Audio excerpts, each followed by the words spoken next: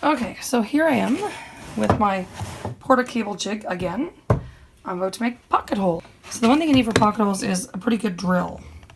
Now this is our rigid drill. I was using a DeWalt one before, but it was something a little cockeyed in the chuck here. So I'm going to be using the rigid from now on. And we got to put in our stepped drill bit into here. Powerful drill. My husband put Vaseline on this drill bit last time we used it, thinking it might be better. Instead, it kind of left it a bit, I don't know, greasy, I'll say. The one thing about the porter cable, I just have this on a piece of 1/2-inch wood because I use it in the workmate, and I clamp it in so it doesn't move. I just have a few pieces to do, so I think we're going to be fine. The first thing you have to do is clamp down the bottom one. And then every piece of wood you put in, you'll slide this down and you'll give it a twist. And it automatically selects the thickness of wood. Now all these are the same 3/4 inch. These are actually the supports for my skiddy cupboard that goes beside my stove. And because I like to sort of keep the two holes sort of centered, one thing is it has this little adjustable stop. So I can kind of put this where I want it, hold it in place, screw the stop out, and then you could sort of get to the right place there, and then you could pull the other one back, and that way it's good and locked in there. Now, you can also adjust where the holes are. I can use this knob on the side to move this second hole in or out. Now, I've already adjusted it for the larger spacing, so I'll just put that back. And it looks pretty even. Now, if you're short like me, this might be a little bit too tall to work with. So, first thing you have to do, clamp it, twist. And on the side, it actually has an indicator that tells me what size screw I need for this. I already know I need the 1/4 inch because that's what I'm using to put all my cupboards together. Put your drill bit in, the two guides there. Wiggle your in if you have to.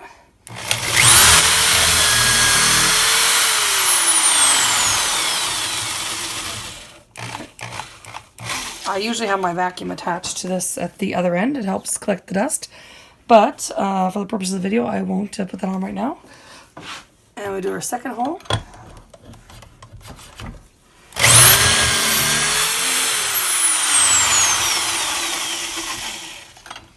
And you can see the Vaseline is still a little bit stuck on my drill bit. There's sort of a little bit gummy sawdust there, but it'll come off.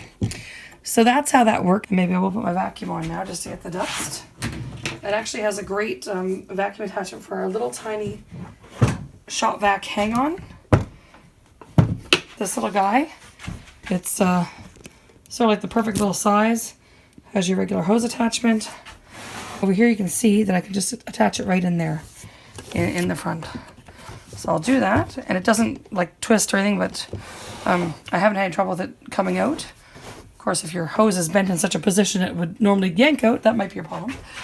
But move this a little further away, give my hose a chance to relax there. So that one's done on that end. I have to flip it around and do the other side. So let's turn the vacuum on.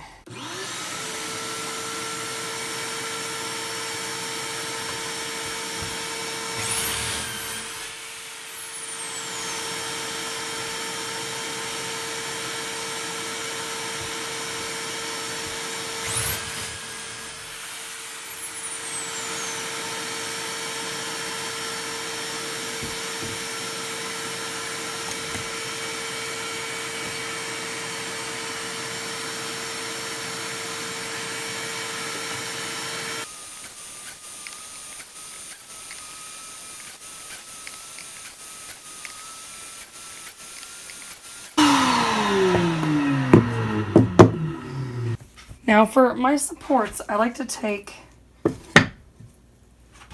so I have a one on the back and one on the top. The top one sits in the back one. So I like to put a little pocket hole here to hold the two together to make a little L bracket. So I'm going to do that now. I need to do it for two for the top part and one on each for the bottom part. So I don't need my little stop here anymore. So I'll loosen it off.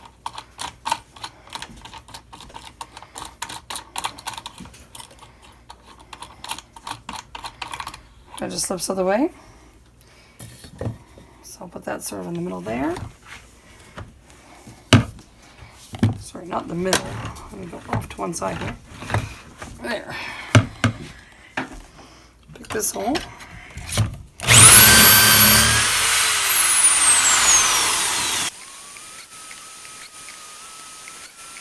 So now I have the base of this skinny cupboard here.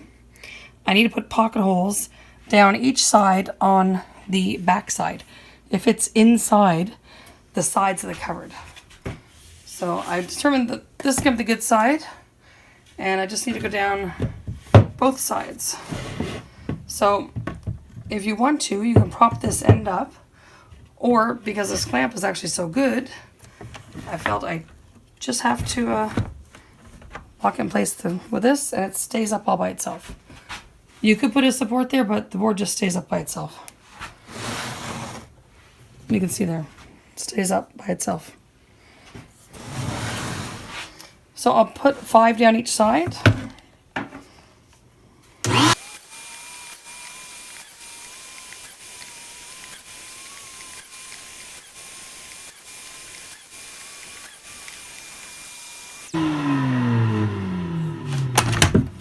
So there we go. That's the bottom of this skinny cupboard that goes beside my stove. I have another one. My husband has to cut the bottom out and I have to sand it down first. But other than that, we're ready to assemble. One thing that's really great about this Porter cable jig is that if this wood was, say, 8 feet long, and I need to put pocket holes here at the end, and you know, to put it in here, it was going to hit my ceiling. The whole thing can be flipped on its side, minus the dust collecting thing you take out. I guess I could have finished cleaning it out. You take the dust collector out, so you can't collect your dust, but the whole thing tips over like this, and then you can put your wood in this way. And then you just clamp it down and then drill from the front here. So that's what's great about this one. It can be in either direction. You don't have to worry about weird odd sizes of wood that you'd have to use some like hand jig for. You can still use this, and it works perfectly. One thing I forgot to mention when it was there, but if you see from when I was operating the pocket hole jig, there was tool storage for a long one, a long driver, and a short driver on the side. For my cabinets, I'm using the Kreg 1 1/4 inch washer head screws, and that goes to the 3/4 inch plywood. Okay, so you're going to make sure you have a good drill, one with your adjustable torque, so you don't overdrive these. I also have another handy tool, which is another Kreg product, a Kreg clamp, and it's meant to be for right angles. So as you can see, this is just sitting on here right now. So I put my right angle clamp in the first hole, and I've already started one screw. I usually go in a row just to make sure that I'm not proud anywhere as I go along.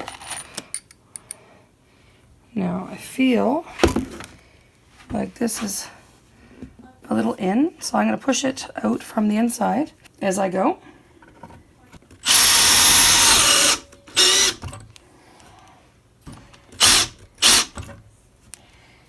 This one's at 7 torque. Check to see if it's proud and if I need to push it over the inside a little bit. There we go. And then the last guy on this side, and I'll take my clamp off.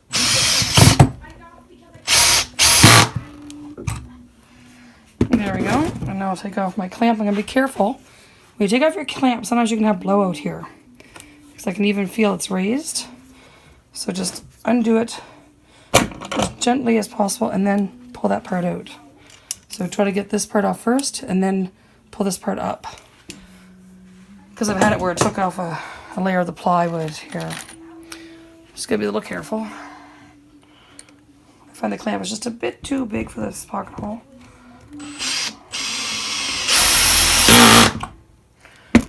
And there we go. That's one side done. So I've determined this is gonna be the front.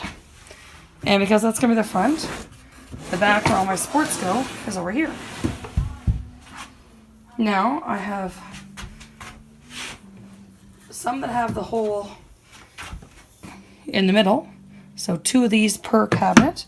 So 1, 2. So this one's for the other one. And 2 more without that center hole. Now, when you only have 1 hole to do, it's really hard to use a clamp because that's the one you need to actually, you know, drill into or screw into. So I'm gonna get this adjusted here. So in this one, my screw is going down. I wanted to actually put that into the bottom of the cabinet over here. Put in the bottom of the cabinet over here, but that's easier to do when I'm standing up. So I'm gonna skip that one for now and go on to the ones at the top. We'll have a piece at the top for the countertop to go onto, there and here at the back. Now the back one, I want the top piece to sit on the back support here. So I have a hole here. I want to put these 2 pieces together to make an L bracket first. So of course it's easier to screw down than it is to screw up into the air. So I'm going to do, of course, like I said, you can't really use a clamp, but with a bit of luck we won't screw up. Let's get our screw in, measure for the flushness on the side and the back, hold in place.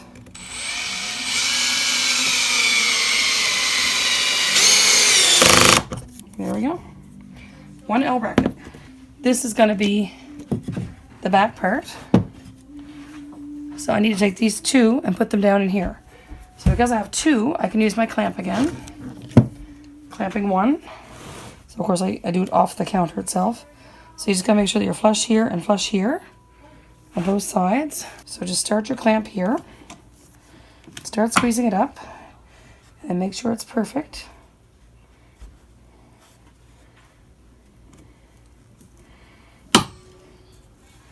Check again always. Just like measuring twice before you cut. And again, release your clamp. Release the bottom part, leaving the top in, and then pull the top out. It's less chance to blow out the ply in your plywood.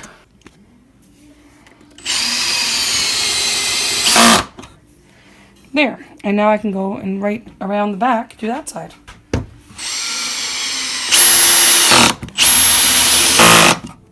There. I felt like it was snugging in there, so I pulled it out as I was doing that one, and it's really good now. Now, of course, as the back against my wall, it doesn't matter if it's a little bit in, as long as it's not proud.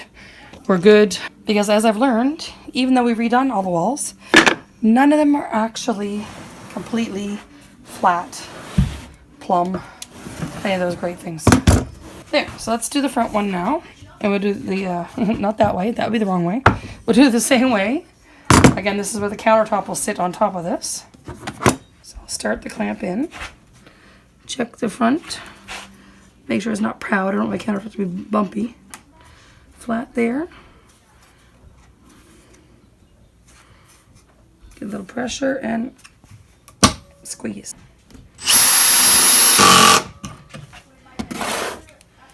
Release the bottom of the clamp. Pulling out the top. Check again. Make sure we're not going to make an error.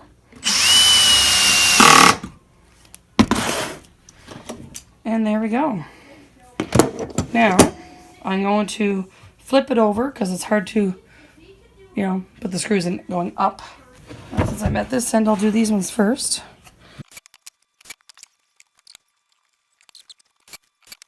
So this is an example of where with the clamp, start to pull the ply apart here. Now, the end part of the wood is still going down with the screw into the other piece, so it's not that crucial just for looks.